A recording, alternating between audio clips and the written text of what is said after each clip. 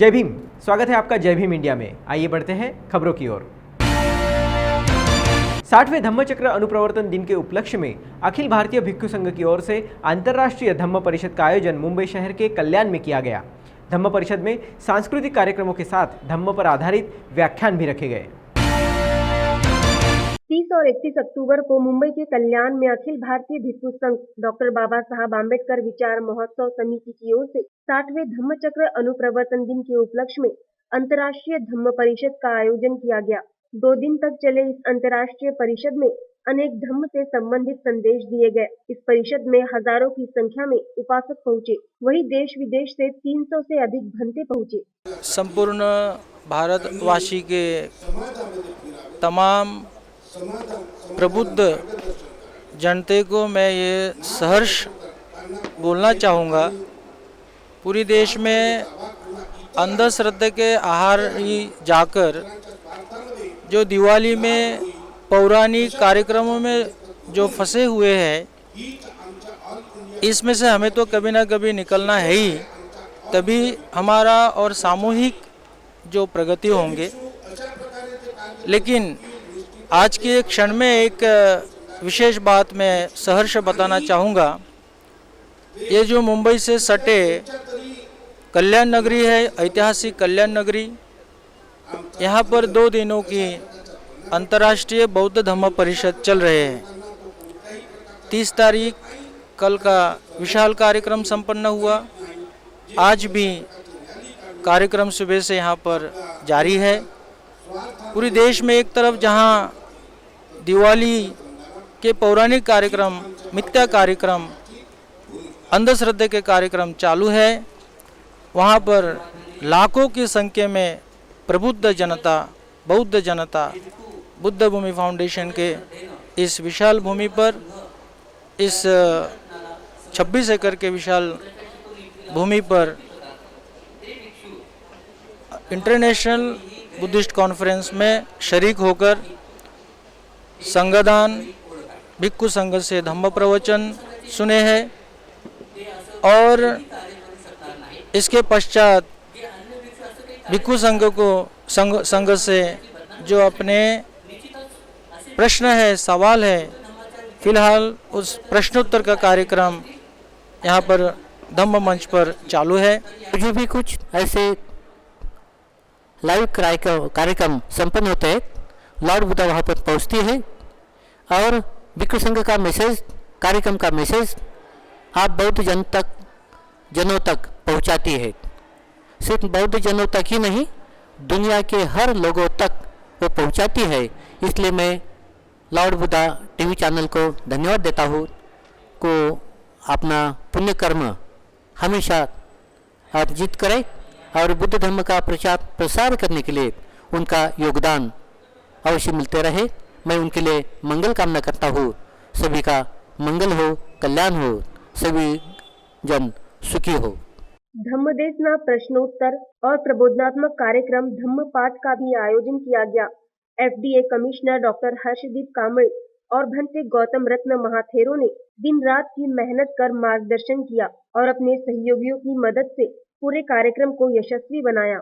हो, निश्चितच अशा पद्धतीचे कार्यक्रम दरवर्षी दर महिन्यालाही आपण इथे राबवू शकतो आणि आसपासच्या परिसरातील जो काही उपासक वर्ग आहे, बौद्ध वर्ग आहे, त्या सर्वांनी इथे उपस्थित राहून दर रविवारी, दर गुरुवारी किंवा प्रत्येक महिन्याच्या पौर्णिमेला उपस्थित राहून असे जर उपक्रम राबवत सुरू केले तर निश्चितच या विहाराला आणि या परिसराला चांगलं महत्त्व प्राप्त होईल आणि एक चळवळीचं, एक धम्म चळवळीचं मोठं केंद्र म्हणून हे स्थान, हे ठिकाण भारतामध्ये प्रसिद्ध होईल। खरं म्हणता ही पूर्ण एक खूप मोठी जबाबदारी होती। आजच्या या कार्यक्रमाला गेल्या 2 दिवसापासून 20 ते 25 हजार उपासक आणि उपासिका आलेले आहेत। त्याचबरोबर 300 ते 350 नॅशनल आणि इंटरनॅशनल म्हणजे भारतीय आणि आंतरराष्ट्रीय भिक्खूगण इथे आलेले आहेत आणि त्यापैकी बरेच भिक्खू हे आंतरराष्ट्रीयच्या वेगवेगळ्या कॉन्फरन्समध्ये, परिषदामध्ये सामील झालेले असतात आणि ही भारतामध्ये खूप सुवर्ण संधी लागून आली की आज पूर्ण जगातले भिक्खू इथे एकत्र आले आणि आपल्या भारताला धम्म हा खूप वेगळ्या पद्धतीने सांगण्याचा त्यांनी प्रयत्न केला आणि जनमानसात हा धम्म पोचवण्याचा प्रयत्न केला. चॅलेंजेस अशी होती की हे एक 26 एकरची एक मोठी जागा बुद्धभूमी फाउंडेशन इथे आहे आणि या ठिकाणी एक मोठा उपक्रम राबवून इथे शैक्षणिक, क्रीडा आणि त्याचबरोबर युवांचे उत्कर्ष आणि एकूणच पूर्ण सामाजिक उत्कर्ष आणि धम्माचा उत्कर्ष हा या बुद्धभूमीचा पवित्र हेतू आहे आणि तो साध्य करण्यासाठी भंते गौतम रत्न खूप चांगल्या प्रकारे प्रयत्न करत आहेत, जनमानसावर पोहोचत आहेत. या कार्यक्रमाचा मागचा मुद्दा हेतू हा होता की जनमानसांपर्यंत हा धम्म पोचावा आणि त्याचबरोबर बुद्धभूमी फाउंडेशनची माहिती आणि बुद्धभूमी फाउंडेशनविषयी पण माहिती पोचावी. या मोठ्या वास्तूवर एवढा मोठा कार्यक्रम घेण्याची जबाबदारी ज्यावेळेस डॉक्टर बाबासाहेब आंबेडकर विचार महोत्सव समितीवर आली त्यावेळेस डॉक्टर हर्षदीप कांबळे यांनी सर्वप्रथम एक मीटिंग घेऊन जे कोणी या जबाबदारी घेण्यासाठी उत्सुक आहेत त्या सगळ्यांना एकत्र मीटिंग घेतली आणि एकच मीटिंग नाही, अशा प्रकारचे बहुतेक मीटिंग झाल्या. याचा फलित म्हणजे या मीटिंग्समधून वेगवेगळे ग्रुप बनवले गेले. तर याच्यामध्ये काही ग्रुप असे आहेत जे इन्फ्रास्ट्रक्चर म्हणजे मैदान साफ करण्यापासून ते स्टेज उभारण्यापर्यंतच्या सगळ्या जबाबदाऱ्या करत आहे. इस कार्यक्रम में देश विदेश से बड़ी तादाद में धम्म उपासक पहुंचे. 2 दिन तक चले इस कार्यक्रम में छात्रों ने विभिन्न सांस्कृतिक कलाकृतियां दिखाई, लेजियम की धुन पर अपनी प्रतिभा को प्रदर्शित किया.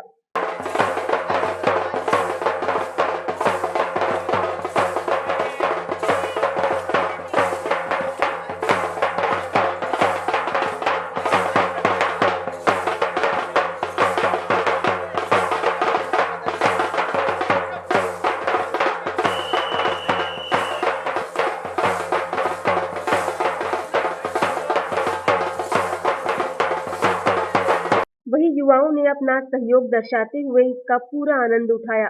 हमारे संवाददाता ने धम्म परिषद में आए लोगों से बात की. यहाँ कल्याण शहर में पहली बार अंतर्राष्ट्रीय बौद्ध परिषद धम्म परिषद आयोजित की गई है और ये परिषद के बहाने बहुत सारे लोग यहाँ कम से कम 20-25 हज़ार लोग इकट्ठा हुए हैं और ये हमारे बौद्ध धर्म के प्रसारण के लिए ये बहुत अच्छा एक माहौल पैदा हुआ है. ये ऐसी धम्म परिषदें अगर बार बार होती है तो इसमें समाज परिवर्तन का एक बड़ा कार्य सफल हो सकता है. इस धम्म परिषद का मूल उद्देश्य ये है कि ये इंटरनेशनल लेवल की ये भूमि निर्माण हो जाए, यहाँ से बौद्ध धर्म का प्रचार प्रसार और जहाँ भी यहाँ के लोग जो है सब बौद्ध धर्मीय जो लोग हैं पूरे विश्व के लोग आए हैं, पूरे विश्व के भंते जी आए हैं और ये भूमि इतनी बड़ी अच्छी होगी कि इस जगह हर इंसान जो भी उनके दुर्गुण है वो दुर्गुण नष्ट हो जाएंगे और उनके जीवन में कुशल कर्म से कहते पाली भाषा में कि सब पापस अकरणं कुशलस्य उपसंपदा सच्चित्त पर्योदपणं एतं बुद्धान शासनं. ये बुद्ध का जो शासन है, बुद्ध की जो वाणी है, बुद्ध की जो अमृत वाणी है, ये सब वाणी हमारे लोगों को मिले, हमारे भारत देश में मिले. इतना ही नहीं तो पूर्ण हमारे जागतिक लेवल पे, इंटरनेशनल लेवल पे ये धम्म का प्रचार और प्रसार हो जाए.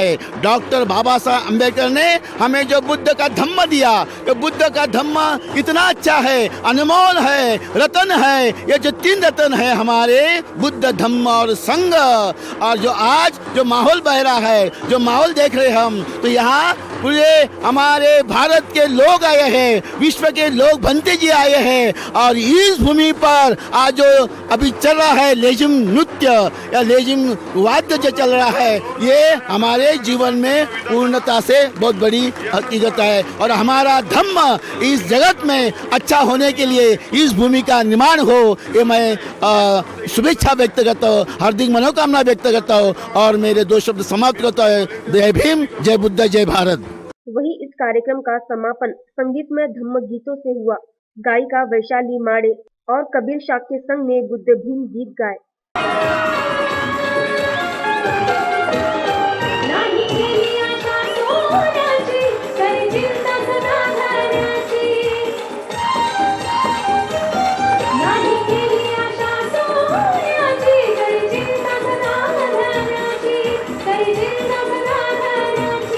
देवी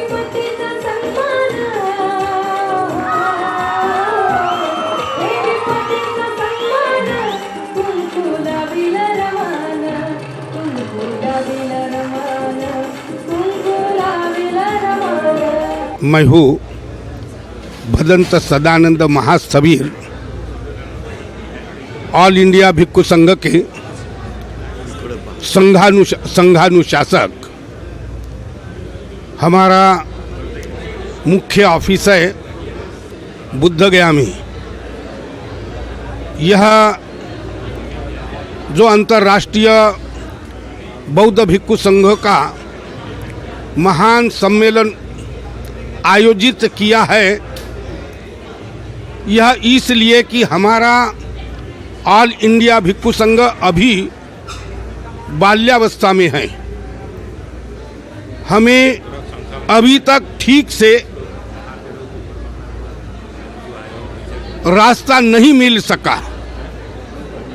हम उसके लिए भरसक प्रयास कर रहे हैं। फिर भी हमारे जो बौद्ध लोग हैं न वे बौद्ध धर्म को ठीक तरह से समझ सके और न पूरी तरह से हमारा भिक्षु संघ भी समझ सका। हमारे ऑल इंडिया भिक्षु संघ की स्थापना 10 अक्टूबर 1971 में हुई हैं और उनके संस्थापक थे महान धम्म विचारक और बुद्ध धर्म जिस पाली भाषा में त्रिपिटक में मौजूद हैं, उस त्रिपिटक का भारतीय भाषा में देवनागरी लिपि में जो अनुपलब्ध था। ये जो 2 दिन का इंटरनेशनल धम्मा कॉन्फ्रेंस यहाँ कल्याण में हो रहा है, बहुत ही खुशी के आनंद के बात है कि पहला बार इतने बड़े रूप में यहाँ ये कॉन्फ्रेंस हो रहा है। हज़ारों लाखों का हिसाब से लोग आया हुआ है और यहाँ बहुत से विदेशी बनते लोग भिक्षुस भिक्षुनीस भी आए हैं। Sri Lanka, Thailand, Burma, Cambodia, Tibet सब से आया हुआ है। और इसका जो मूल उद्देश्य है कि जैसे बाबा साहेब आम्बेडकर ने ये रिवाइवल ऑफ बुद्धिज़्म को शुरू किया थे, वैसे तो जो बुद्ध धर्म भारत से ही जन्म हुआ था, भारत से ही दुनिया में फैल गए थे। लेकिन दुर्भाग्य की बात है जिस बुद्ध भूमि में बुद्ध धर्म का जन्म हुआ था वहाँ लुप्त हो गया था, ख़त्म हो गया था, लेकिन पूरा दुनिया में फैल गया था। तो 1956 से बाबा साहेब आम्बेडकर ने ये revival of Buddhism movement start किया था। अब उसको मान में रखते हुए जो बाबा साहब का उद्देश्य था, मिशन और विजन थे, उसको मान में रखते हुए आज यहाँ पर 2 दिन के बहुत बड़ा संख्या में इंटरनेशनल धम्मा कॉन्फ्रेंस हुआ है।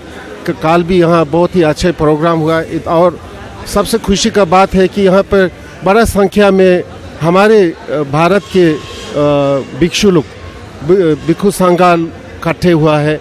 उनमें यहाँ चर्चा हुआ, डिस्कस हुआ, कैसे हमारे भारत के बौद्ध भिक्षु लोग सब मिल करके कैसे ये बुद्ध शासन को भारत में फिर से स्थापन करे और बाबा साहेब की जो इच्छा को पूर्ण करे, ताकि सभी हमारे भारत में रहने वाले सबको फिर से एक दफ़ा भगवान बुद्ध के सुंदर वचन धर्म देशना को सुन पाए और अपने जीवन में लगा सके और फिर से एक दफ़ा भारत एक सुंदर बौद्ध देश बने।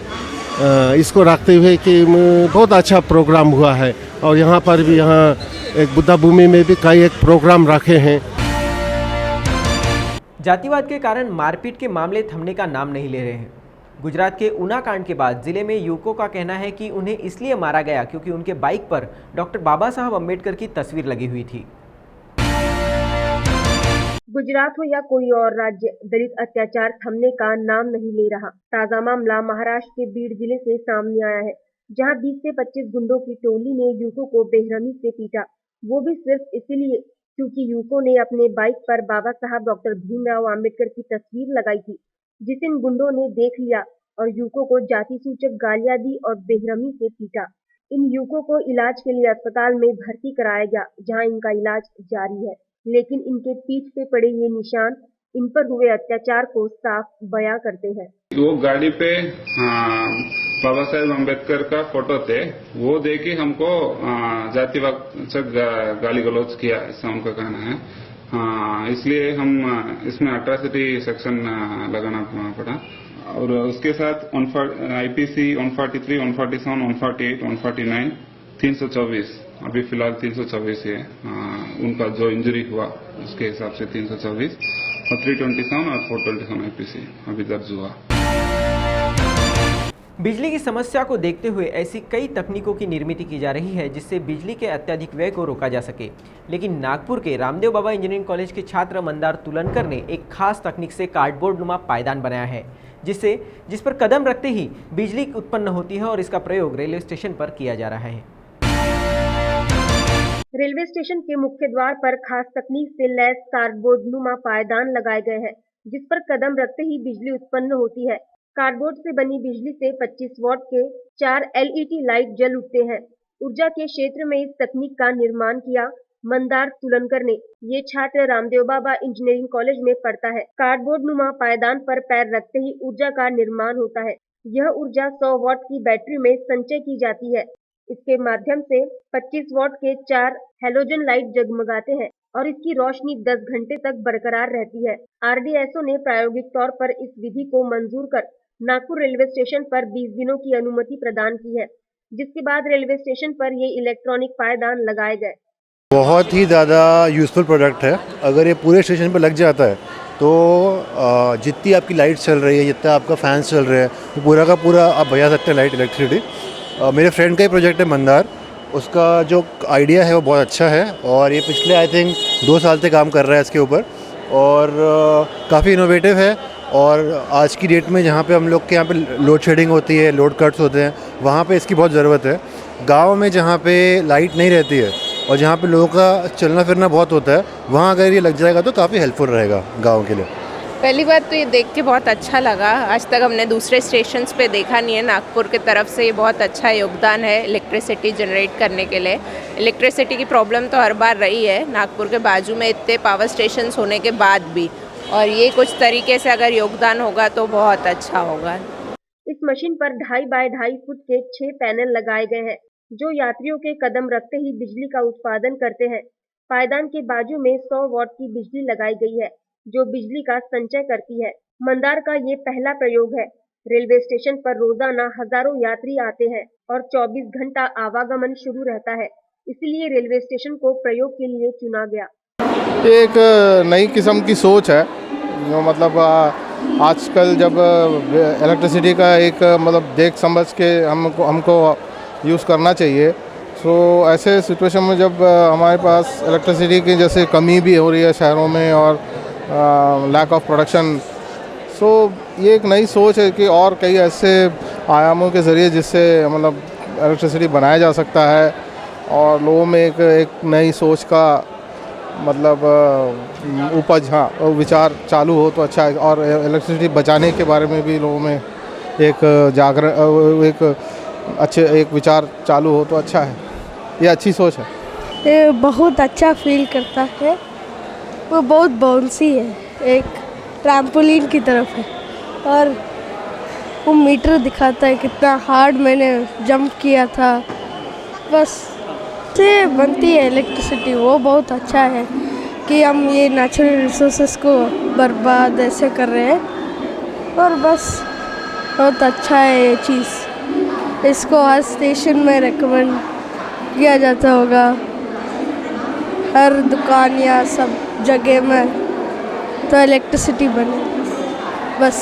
बहरहाल मंदार द्वारा बनाई गई तकनीक अगर सफल रही तो बिजली की बचत और भविष्य में बिजली को लेकर होने वाली समस्या कम होगी। देश के लिए शहीद हुए जवानों की शहादत को याद कर और सरहद पर लड़ने वाले जवानों को सलामी देते हुए पूरे देश में शहीदों के नाम एक दिया जलाया जा रहा है। नागपुर टुडे और लोटस की ओर से एक दिया शहीदों के नाम ये मुहिम चलाई जा रही है, जिसे लोगों का अच्छा प्रतिसाद भी मिल रहा है।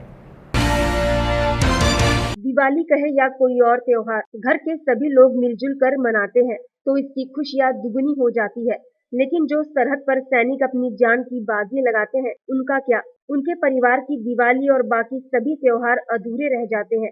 ऐसे में देश भर के शहीदों को याद कर एक दिया शहीदों के नाम ये मुहिम चलाई जा रही है। नागपुर शहर में लोटस और नागपुर टुडे मिलकर ये काम कर रहा है, जहां शहीदों के नाम एक दिया जलाकर उनकी शहादत को याद किया गया। ये पहली बार इस देश में ऐसा हो रहा है कि जब देश का सर्वोच्च व्यक्ति, प्रथम नागरिक, देश का पंतप्रधान ये कहे कि सीमा पर शहीदों के साथ मैं दिवाली मना रहा हूँ, आप भी एक दिया शहीदों के नाम लगाइए। उनके जीवन में भी दिवाली आनी चाहिए और उनको हमने सबने स्मरण करना चाहिए। एक अभूतपूर्व कल्पना उन्होंने दी है और ये तभी संभव है कि जब वो व्यक्ति राष्ट्र के प्रति जवाबदेही हो, राष्ट्र के प्रति समर्पित हो, राष्ट्र का चिंतन लगातार करता हो, वही व्यक्ति इस प्रकार की बात सोच सकता है। और ये आज हमको देखने को मिला और आज ऐसा लगता है कि देश का हर नागरिक गर्दन बड़े सम्मान के साथ उठाकर उन शहीदों की याद में एक दिया लगाकर अपने आप को धन्य समझ रहा है, क्योंकि वो दिवाली इसीलिए मना पा रहा है, वो होली इसीलिए मना पाता है, वो अपने घर के सारे त्यौहार इसीलिए मना पाते हैं कि वो लोग अपने त्योहारों को छोड़कर हमारी और देश की सुरक्षा के लिए प्रतिकूल परिस्थिति में सीमाओं पर खड़े रहते हैं। और इसलिए उनके प्रति अगर हम हमारी इस प्रकार की आदर व्यक्त करें, इस प्रकार की बात अगर हम करें, तो निश्चित रूप से आने वाली पीढ़ी को जो संदेश इस देश का मिलना चाहिए, वो राष्ट्रभक्ति का संदेश, देश के प्रति समर्पण का संदेश इस माध्यम से मिलेगा। एक अभिनव कल्पना के साथ ये बात चल रही है और लोटस ने, दयाशंकर जी तिवारी ने एक बड़ी कल्पकता के साथ उस विषय को तुरंत उठाकर और एक कार्यक्रम इतना सुंदर आयोजित किया, जहाँ पर शहीदों के परिवार के साथ हम सब लोग हैं। जिन शहीदों को और जिन वीरों को मेडल्स मिले उनके साथ आज हम यहाँ हैं और हम एक दिया लगाकर उनके लिए धन्य हो गए।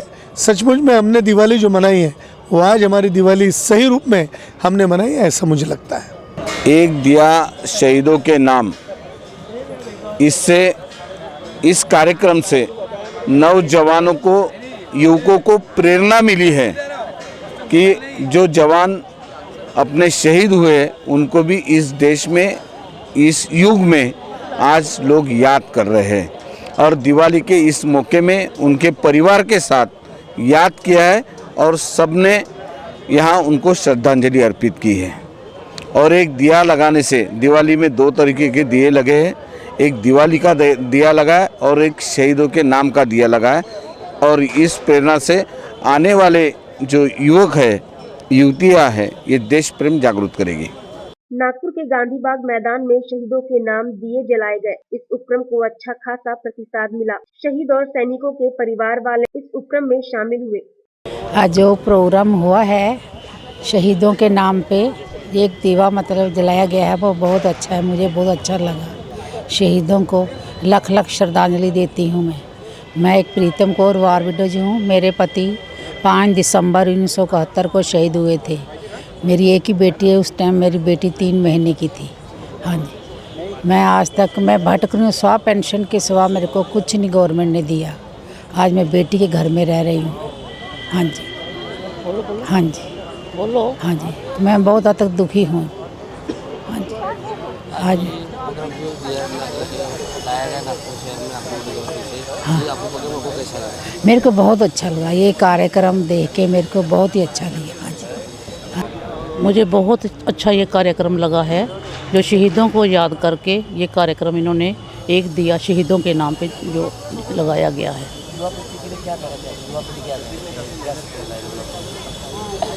युवा पीढ़ी को भी आर्मी में जाना चाहिए, बच्चों को नशों से दूर रहना चाहिए, अच्छे संस्कार लेने चाहिए, देश की रक्षा करनी चाहिए, मेरा यही कहना है।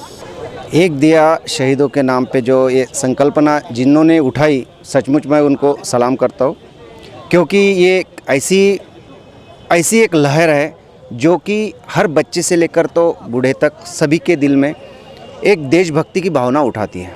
और मैं खास करके नागपुर टुडे का शुक्रगुजार हूँ कि जिन्होंने ये एक अच्छा कदम लिया, जिसके वजह से जन जन में, हर जन के दिल में एक देशभक्ति की भावना उठेगी और उन शहीदों को, ना कि उन शहीदों को, बल्कि जो सीमा पे इस वक्त काम कर रहे हैं मेरे भाई, जिसको हमने भी महसूस किया है उनका दर्द, ऐसे सभी लोगों को, ऐसे सभी शहीदों के परिवारों को और सैनिकों को भी उनका मनोबल बढ़ेगा। और ये बढ़ाने के लिए आप जो ये समाज के प्रति कार्य कर रहे हैं, एक समाज सेवा कर रहे हैं, मैं चाहूँगा कि ये ज़्यादा से ज़्यादा लोगों के में बढ़े और इसके बाद भी लोगों में इसकी संकल्पना सबके मन में जागे और ये ज़्यादा से ज़्यादा प्रचलित हो और सब इसके प्रति एक देशभक्ति का रूप धारण करे और ये संकल्पना बड़े तौर पे आगे बढ़ती रहे।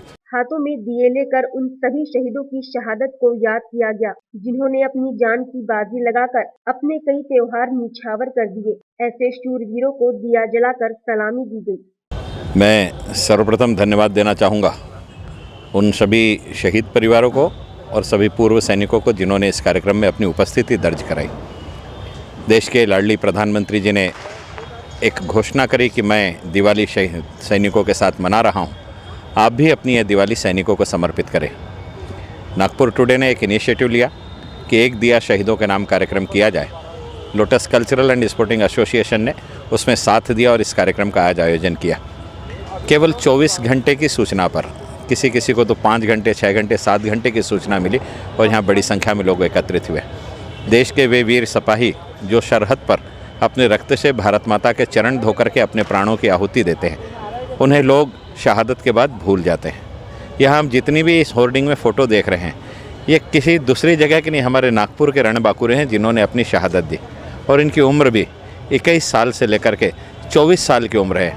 आप कल्पना कीजिए कि 21 साल से 24 साल, मैक्सिमम 28 साल की उम्र है।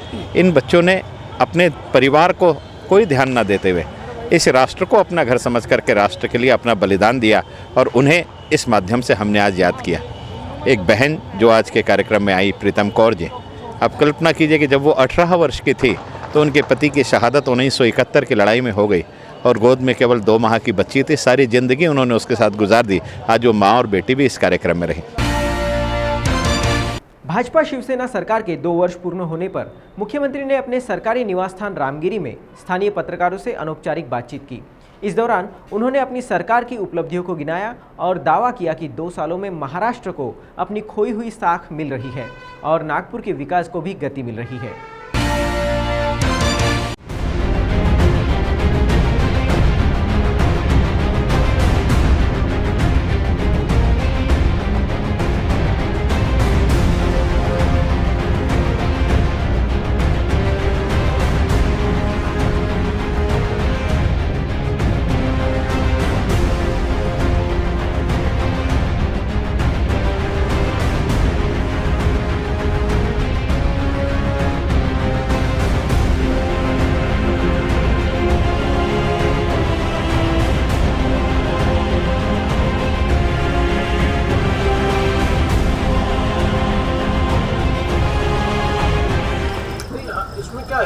अपन ने नई पद्धति लाई लैंड पूलिंग की, तो फार्मर्स का पहले उसके प्रति थोड़ा सा अविश्वास था, लेकिन अब ये विश्वास बढ़ रहा है। यानी सबसे कम लैंड आई थी नागपुर में, मैं आपको बताता हूँ, सबसे कम।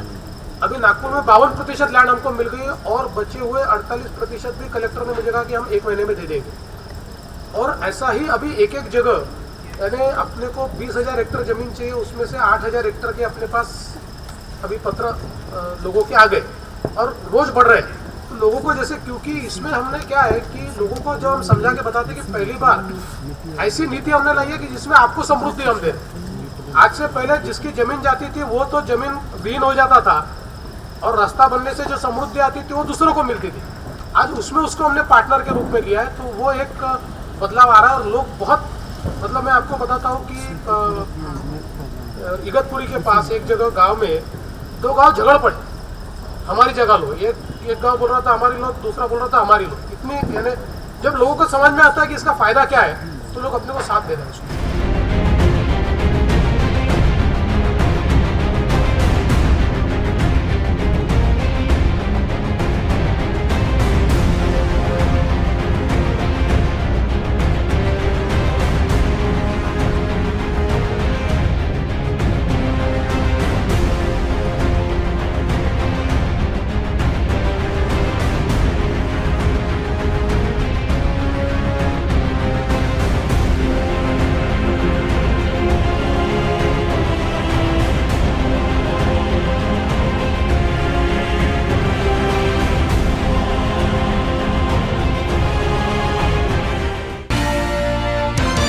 अब वक्त हो चला है एक छोटे से ब्रेक का। मिलते हैं ब्रेक के बाद, देखते रहिए जय भीम इंडिया। पहला सुख निरोगी काया, स्वास्थ्य ही जीवन है। नवजीवन आरोग्य केंद्र, वनौषधि चिकित्सालय एवं पंचकर्म सेंटर। बिना ऑपरेशन छुटकारा पाएं। खूनी वादी, बवासीर, मूड व्याध, भगंदर, स्टोन, ट्यूमर, बच्चेदानी में गांठ, हार्निया, हाइड्रोसिल से पाएं छुटकारा। Without operation, life time guarantee. सफेद दाग, सोराइसिस, एक्जिमा, बालों का झड़ना और लकवे का भी सफल इलाज। विवाह से पहले और विवाह के बाद की संपूर्ण समस्याओं का समाधान पाने के लिए अवश्य मिले। यौन रोग, पुरुषत्व प्राप्ति, कमजोरी, शुक्राणु दोष, शिथिलता, संतान प्राप्ति और खोई हुई ताकत का सफल इलाज लेकर जीवन आनंदमय बनाएं। जीवन से दुखी और निराश हो चुके रोगी संतान प्राप्ति के लिए संपर्क करें। हमारा पता है नवजीवन आरोग्य केंद्र, वनौषधि चिकित्सालय एवं panchakarma centre. Doctor SN Jaiswal, piles, स्त्री रोग एवं पुराने रोगों के विशेषज्ञ, गौतम नगर बस स्टॉप के सामने, MIDC, अंधेरी पूर्व, मुंबई 59। Phone number 9930 530 537 9769 253 283। मध्य भारत में पहली बार मात्र 10 मिनट में पाइल्स का उपचार, बवासीर, भगंदर, फिशर, पाइलोनेडल साइनस, इन सब का LG 2000 मशीन से BIM तकनीक द्वारा बिना चिरफाड़ के उपचार, वो भी बगैर ब्लीडिंग के। पेशेंट को भर्ती होने की कोई जरूरत नहीं। No pile, only smile. Pile के मरीज आज ही संपर्क करें। चीन में विशेष प्रशिक्षण प्राप्त doctor Praveen Sahave MS, doctor Pooja Sahave, Abhyuday piles clinic, 6F1 Shri Sai Ram apartment, Kashinagar, Rameshwari road, Nagpur. Mobile number 9970743318 9326863318। अब कैंसर मरीजों के लिए नई उम्मीद। हमारे आयुर्वेदिक कैंसर अस्पताल में आए और अपने आप को निरोगी पाए। संजीवनी आयुर्वेदिक कैंसर हॉस्पिटल, किसी भी प्रकार के कैंसर बीमारी पर आयुर्वेदिक एवं वनौषधि इलाज। बहुत से मरीज व्याधि मुक्त, अनुभव एवं पुरस्कृत डॉक्टर द्वारा इलाज। चिकित्सक जांच एवं सलाह मुफ्त। ऑपरेशन, कीमोथेरेपी, लाइट्स एवं अन्य किसी भी प्रकार का इलाज किए हुए अथवा न किए हुए मरीज रिपोर्ट के साथ संपर्क करें। हमारा पता Sanjeevani Ayurvedic cancer hospital, Udaynagar road, NIT garden के पास, Ayodhya Nagar, Nagpur, Maharashtra. Mobile number doctor SB Mishra 09890808054। Naturopathy yoga treatment centre, meditation centre, doctor Dilip Donekar, bypass टालिए, without operation treatment for blockage 70% to 100%, cancer, HIV specialist, पुरानी से पुरानी बीमारी का हर्बल औषधि द्वारा यशस्वी इलाज, विशेष उपचार, सोराइसिस, एपिलेप्सी, लकवा, पाइल्स, जोड़ों का दर्द, त्वचा रोग, स्त्री रोग, पीलिया, अनुवांशिक रोग, अस्थमा, एलर्जी, मधुमेह, मूत्रखड़ा, हार्ट अटैक, विशेष उपचार, मोटापा। 3 महीने में 10 किलो वजन घटाइए। Branch 1, plot number 17, pioneer society, Chhatrapati Chowk, ICICI bank के पास, Wardha road, Nagpur. Branch 2, Kabir Nagar, power grid Chowk, Nari road, Nagpur. Mobile number doctor Dilip Donekar 9850317321 8055467265। क्या हुआ बहू? माँ, पाइल्स की बहुत तकलीफ हो रही है। तो तुम गुदरोग सर्जन के पास क्यों नहीं गई? देखो, जैसे हार्ट के लिए हार्ट स्पेशलिस्ट, ब्रेन के लिए ब्रेन स्पेशलिस्ट, तो पाइल्स के लिए पाइल्स स्पेशलिस्ट क्यों नहीं? स्त्री हो या पुरुष, टॉयलेट में तकलीफ केवल पाइल्स ही नहीं, और भी कई प्रकार के गुदरोग तथा कैंसर भी हो सकता है। इसीलिए इसकी प्रत्यक्ष जांच जरूरी है। ठीक है माँ, पर जांच के लिए हम जाएंगे कहाँ? वही काले आयुर्वेदिक पाइल्स हॉस्पिटल में। लेकिन माँ, प्रेगनेंसी में पाइल्स की दवाइयाँ? प्रेगनेंसी में आयुर्वेदिक दवाइयाँ सुरक्षित होती है। जनहित में जारी। काले आयुर्वेदिक पाइल्स हॉस्पिटल, औषधि चिकित्सा तथा सर्जरी ट्रीटमेंट उपलब्ध। हमारा पता उमरेड रोड, दिघौरी बस स्टॉप के पास, नागपुर। अधिक जानकारी के लिए वेबसाइट पर जाएं kalepailshospital.com।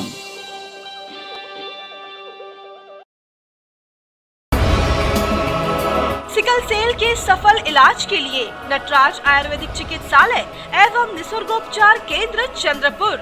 सिकल सेल जैसी असाध्य समझे जाने वाली बीमारी पर सफल उपचार करने हेतु लक्ष्य ग्रुप द्वारा सम्मानित doctor Shankar Chaudhary. Sickle cell में बारंबार रक्त देना, ज्वर, संधि का दर्द या अन्य सिकल सेल की सभी तकलीफों से और संधिवात, आमवात आदि वात व्याधि का सफल इलाज करने के लिए संपर्क करें। सभी तरफ से निराश रोगी एक बार अवश्य मिले।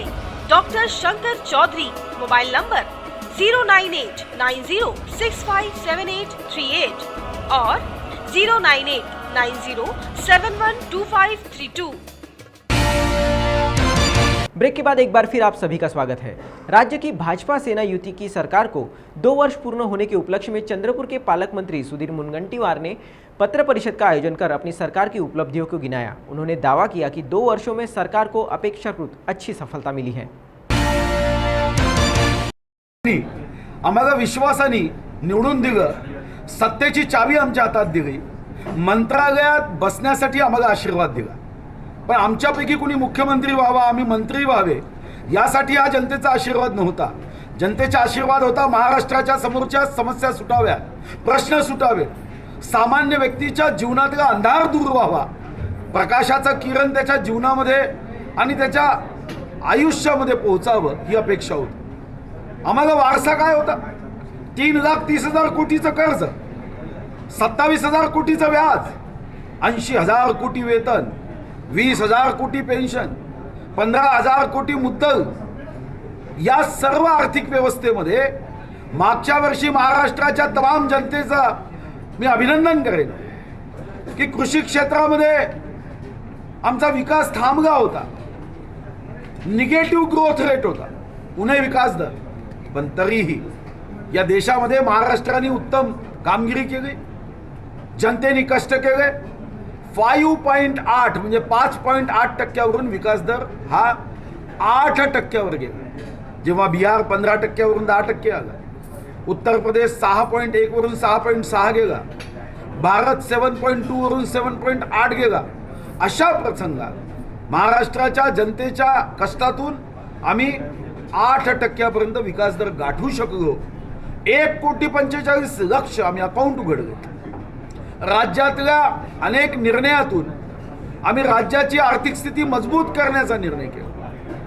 जागतिक मंदी सुरू होती, या जागतिक मंदीचा फटका युरोपियन देश, चायना सारखं आर्थिक महाभागाढ्य राष्ट्र सुद्धा सहन करत होतं, पण यामध्ये सुद्धा महाराष्ट्राने अशा आर्थिक मंदीमध्ये आपल्या उत्पन्न, आपला टॅक्स रेव्हेन्यू या सर्व गोष्टीमध्ये उत्तम कामगिरी बजावली आणि आज 2 वर्ष पूर्ण होत असताना महाराष्ट्रामध्ये अनेक योजना आणि त्या योजनांचा निधी अपुरा होणार नाही याची काळजी आम्ही घेतली।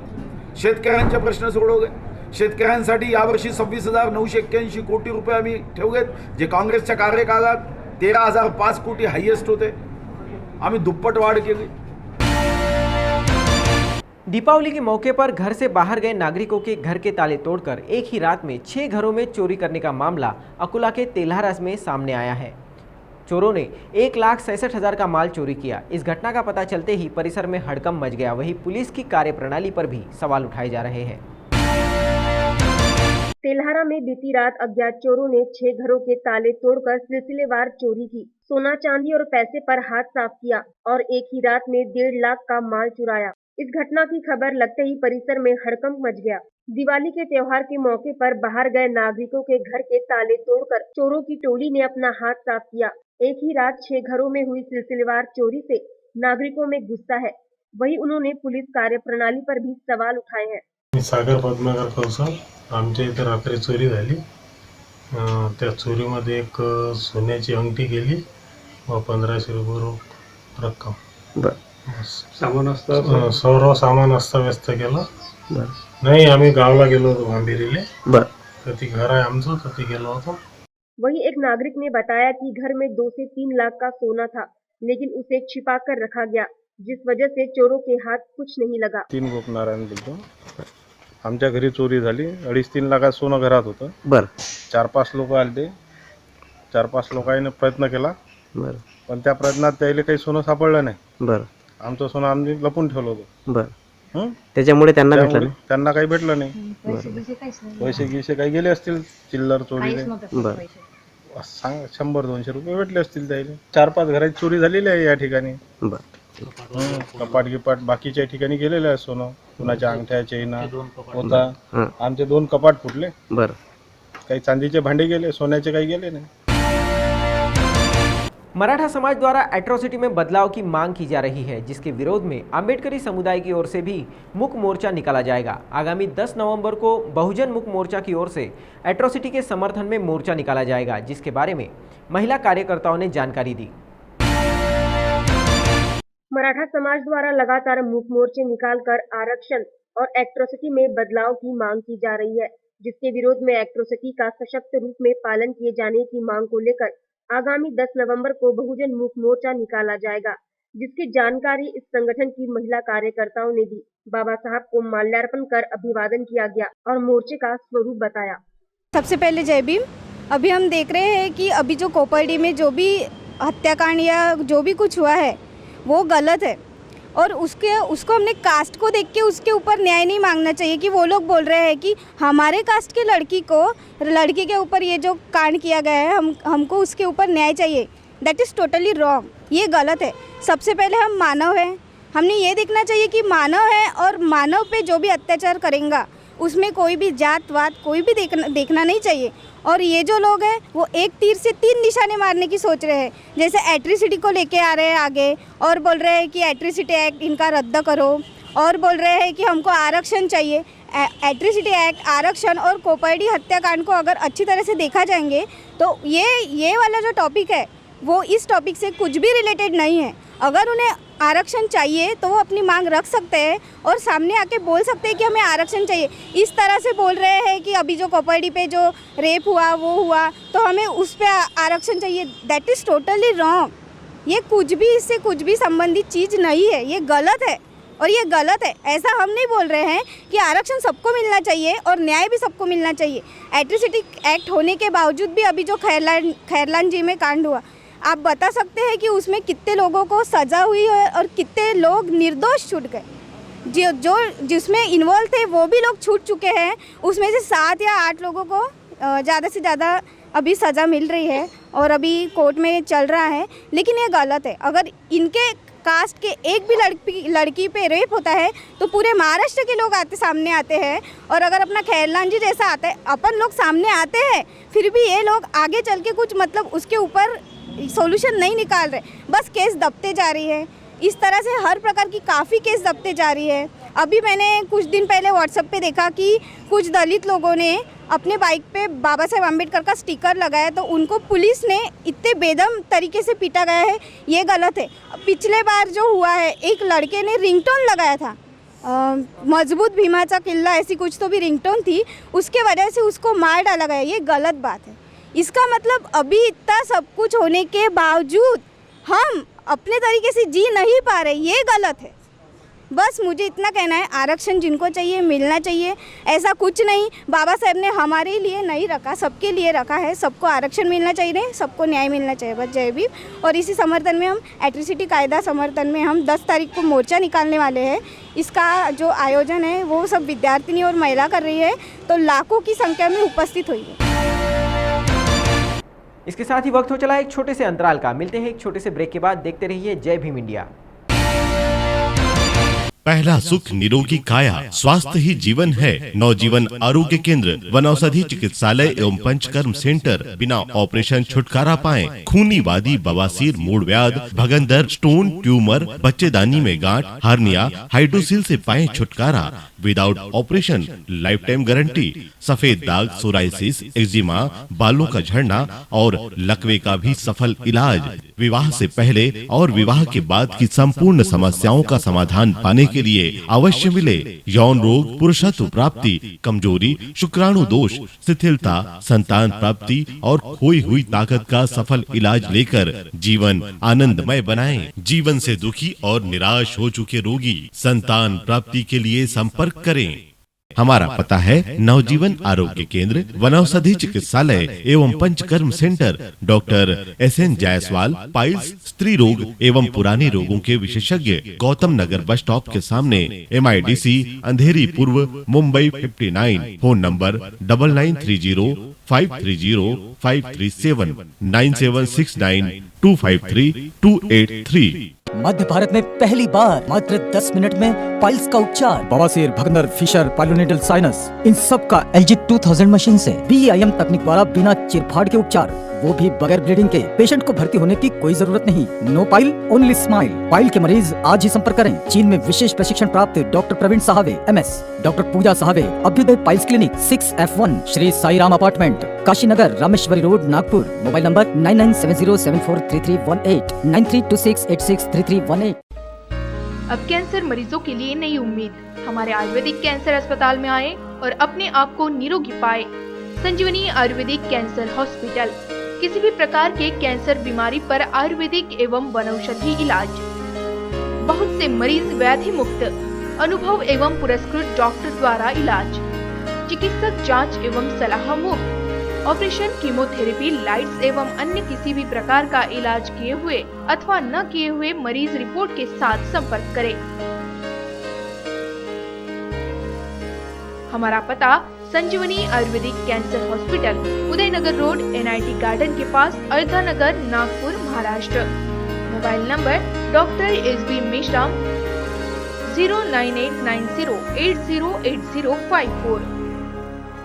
Naturopathy yoga treatment centre, meditation centre, doctor Dilip Donekar, bypass टालिए without operation treatment for blockage 70% to 100%, cancer HIV specialist, पुरानी से पुरानी बीमारी का हर्बल औषधि द्वारा यशस्वी इलाज, विशेष उपचार, सोराइसिस, एपिलेप्सी, लकवा, पाइल्स, जोड़ों का दर्द, त्वचा रोग, स्त्री रोग, पीलिया, अनुवांशिक रोग, अस्थमा, एलर्जी, मधुमेह, मूत्रखड़ा, हार्ट अटैक, विशेष उपचार, मोटापा। 3 महीने में 10 किलो वजन घटाइए। Branch 1, plot number 17, pioneer society, Chhatrapati Chowk, ICICI bank के पास, Wardha road, Nagpur. Branch 2, Kabir Nagar, power grid Chowk, Nari road, Nagpur. Mobile number doctor Dilip Donekar 9850317321 8055467265। क्या हुआ बहू? माँ, पाइल्स की बहुत तकलीफ हो रही है। तो तुम गुदरोग सर्जन के पास क्यों नहीं गई? देखो, जैसे हार्ट के लिए हार्ट स्पेशलिस्ट, ब्रेन के लिए ब्रेन स्पेशलिस्ट, तो पाइल्स के लिए पाइल्स स्पेशलिस्ट क्यों नहीं? स्त्री हो या पुरुष, टॉयलेट में तकलीफ केवल पाइल्स ही नहीं, और भी कई प्रकार के गुदरोग तथा कैंसर भी हो सकता है। इसीलिए इसकी प्रत्यक्ष जांच जरूरी है। ठीक है माँ, पर जांच के लिए हम जाएंगे कहाँ? वही काले आयुर्वेदिक पाइल्स हॉस्पिटल में। लेकिन माँ, प्रेगनेंसी में पाइल्स की दवाइयाँ? प्रेगनेंसी में आयुर्वेदिक दवाइयाँ सुरक्षित होती है। जनहित में जारी काले आयुर्वेदिक पाइल्स हॉस्पिटल, औषधि चिकित्सा तथा सर्जरी ट्रीटमेंट उपलब्ध। हमारा पता उमरेड रोड, दिघौरी बस स्टॉप के पास, नागपुर। अधिक जानकारी के लिए वेबसाइट पर जाएं kalepileshospital.com।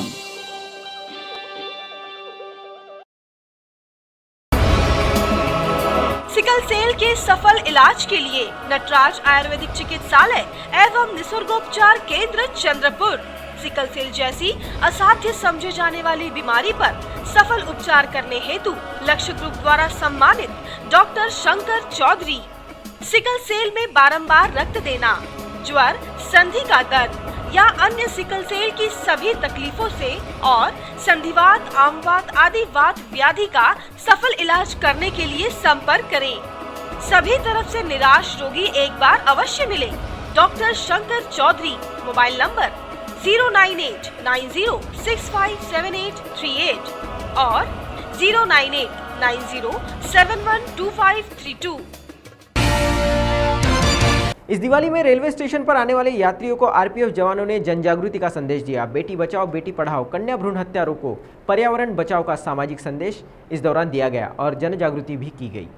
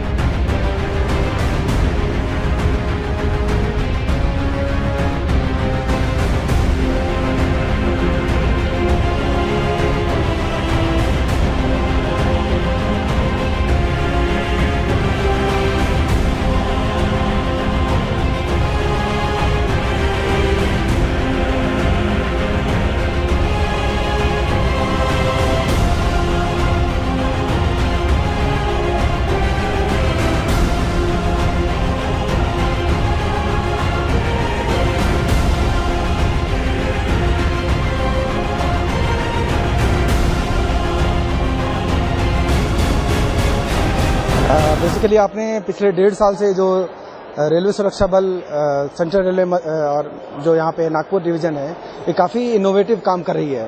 तो उससे इसके बेसिस पे ही इन्होंने एक नया इन्होंने सुझाव दिया है, दैट वाज इनोवेटिव थिंकिंग, कि सर दिवाली पे सभी लोग अपने घर से बाहर जाते हैं, तो क्यों ना उनको एक थोड़ा सा हम लोग 3 दिन का प्रोग्राम करें, जिससे कि उनको थोड़ी खुशी हो, ट्रेन के में जा रहे हैं पैसेंजर्स। तो उसी के तहत हम लोगों ने सोचा कि चूंकि आज हमारे यहाँ जो गर्ल चाइल्ड के लिए, उनके लिए, और एनवायरनमेंट है और दिवाली के लिए खुशियाँ बांटना, इसी तीनों चीज़ों को लेकर हम लोगों ने किया है। आज के हमने रैली निकाली है जो हमारे चाइल्ड लाइन है नागपुर और आरपीएफ नागपुर सेंट्रल रेलवे की तरफ से। सुरक्षा के भी हमने पूरे इंतजाम किए गए हैं। हमारे जवानों को ऑलरेडी मैंने ब्रीफ किया है और हमने जीआरपी के साथ मिलकर काफ़ी मजबूती प्रदान की है सुरक्षा की।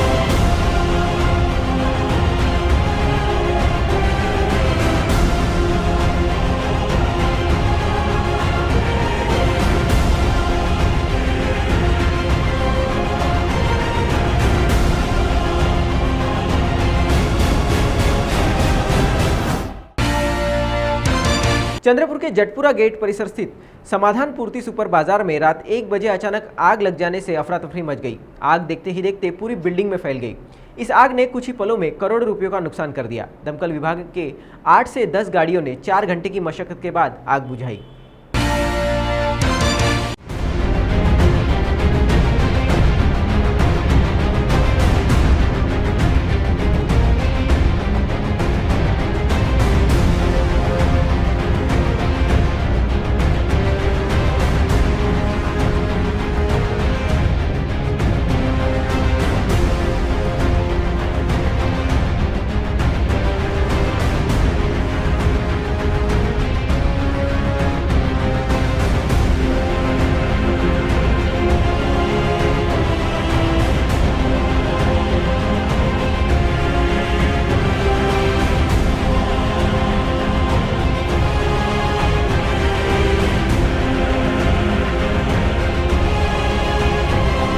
चांडक समाधान पूर्ति सुपर बाजार का मैं संचालक हूँ, मैनेजिंग डायरेक्टर हूँ। रात को 1 बजे के करीब मुझे फ़ोन आया किसी अज्ञात व्यक्ति से कि पूर्ति में आग लगी है। तो हम लोग जब दौड़ के आए तो उसके बाद में फायर की गाड़ियाँ फटाफट पहुँचने लगी थी और रात को 1 बजे से आग लगी है और अभी भी आग चल रही है, काफ़ी कंट्रोल में आ गई है, अंडर कंट्रोल है अभी तो। पर करीब हमारा गारमेंट सेक्शन था, ग्रेन किराना सेक्शन है, इसमें 4 करोड़ के करीब नुकसान हमारा हुआ है। नहीं, ऐसा कुछ अंदाज समझ में नहीं आ रहा। शॉर्ट सर्किट तो नहीं हुआ क्योंकि लाइट चल रही थी, उसके बावजूद भी लाइट हमने बंद की है, इसका मतलब है शॉर्ट सर्किट नहीं हुआ। और आग कैसे लगी है समझ में नहीं आया।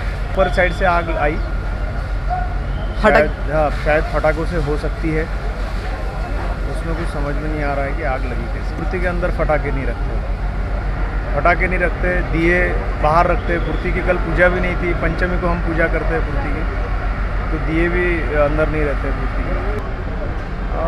मैं कुछ परफेक्टली नहीं बता सकता हूँ, बट कैसे लगी ये समझ में नहीं आ रहा है।